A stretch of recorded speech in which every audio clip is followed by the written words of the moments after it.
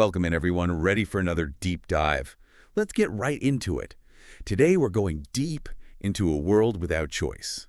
Kind of makes you think, doesn't it? Yeah, it's a bit unnerving when you put it like that. We're exploring excerpts from two huge names in literature, Aldous Huxley with Brave New World, and of course, we have Plato's The Republic. Classics for a reason, right? Exactly. And even though they were written centuries apart, they're both grappling with some really big questions about how societies deal with control and order and what even is happiness, Timeless questions for sure. Okay, so first up, we're stepping into Huxley's Brave New World. Get ready, because in this world, happiness, it isn't something you work for. It's just programmed right into the system. Yeah, and this excerpt we're looking at today really gets into how that manufactured happiness actually works.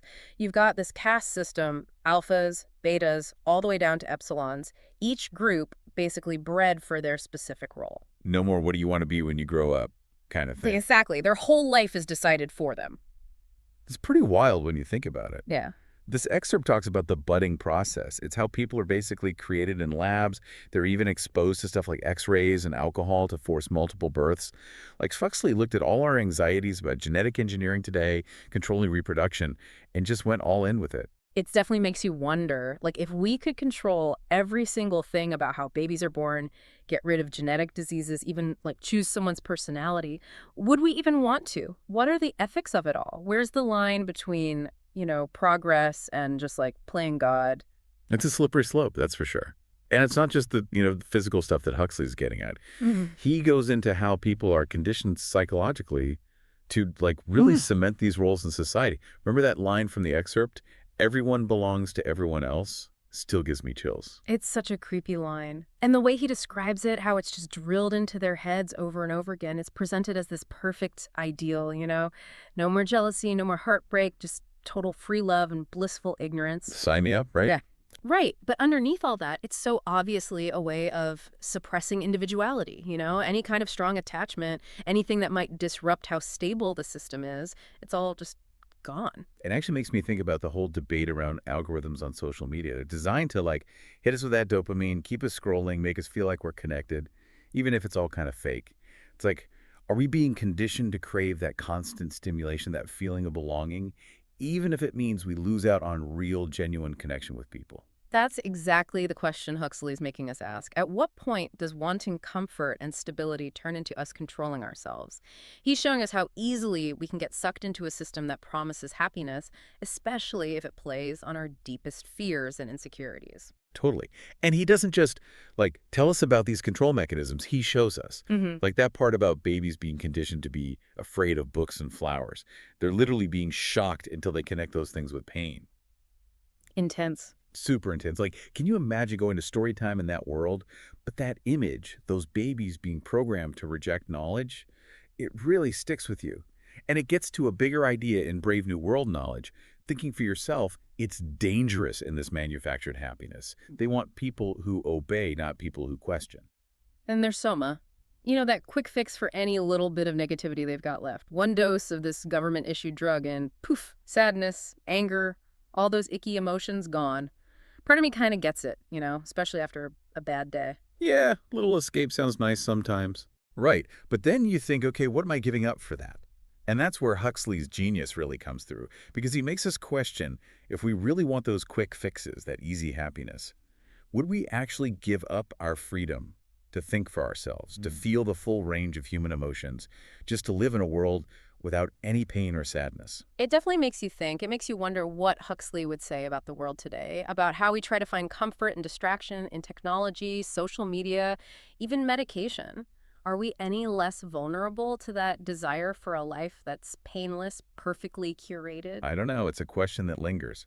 And speaking of lingering questions, it perfectly sets us up for our next source, which, you guessed it, is all about control and who gets to decide. It's kind of wild how both Brave New World and Plato's Republic end up in the same headspace. Right. It's they're both looking at this deep down human need for a perfect society, but at what cost? And in Plato's Republic, that cost is right there, built into the system. We're talking about a society run by, get this, philosopher kings. Okay, hold on. Before everyone pictures a bunch of dudes with beards, up in ivory towers lecturing everyone, Plato had a very specific vision here. Oh, absolutely. This isn't about power-hungry dictators or anything.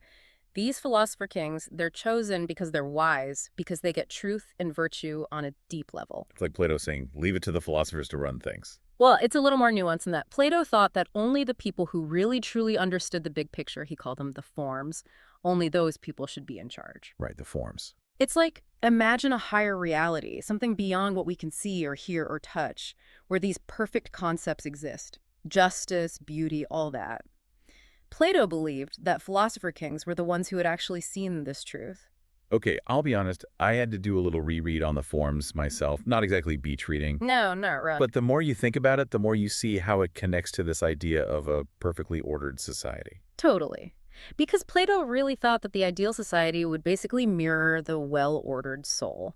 So just like reason should guide our emotions or desires, the philosopher kings, they'd be guided by their wisdom to govern everyone else. Okay, that kind of makes sense, but... And I know I'm not the only one thinking this. Who gets to choose who these super enlightened rulers are?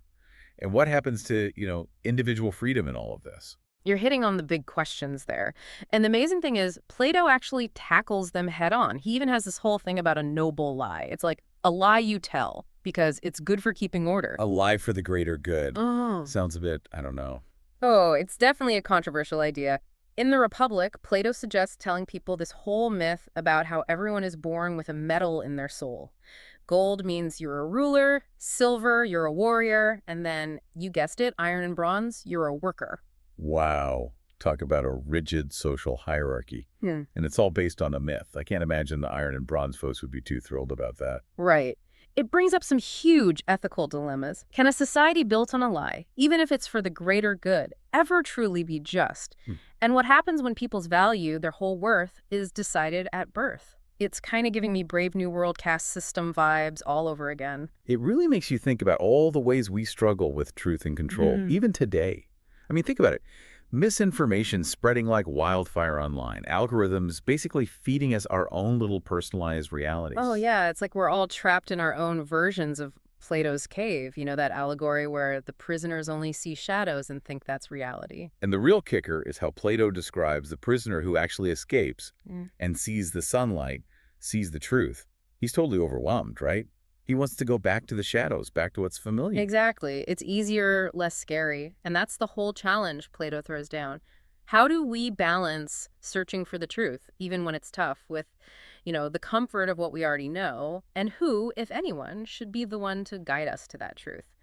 It's a question that hasn't gotten any less relevant over time, that's for sure. It's kind of amazing how both these books, totally different worlds they're painting, but they both bring us to the same question in the end. It's that push and pull, right? Individual freedom versus what's good for everyone. Exactly. Brave New World, the Republic, they're giving us these super structured societies, all planned out. But you can't help but wonder, what are we giving up to get that? Totally. Like, in Brave New World, it's like they've sacrificed real, raw emotion, critical thinking, all of it, just for the sake of stability and, this manufactured happiness. And then you've got the Republic, where it's like, okay, maybe we're giving up some individual freedom, the right to decide your own truth, all for this idea of perfect order, with the philosopher kings in charge. And the thing is, neither Huxley nor Plato are giving us any easy answers. It's not like they're saying, here's the instruction manual for the perfect society, folks. They're more about getting us to ask those hard questions. Yeah, they want us to confront those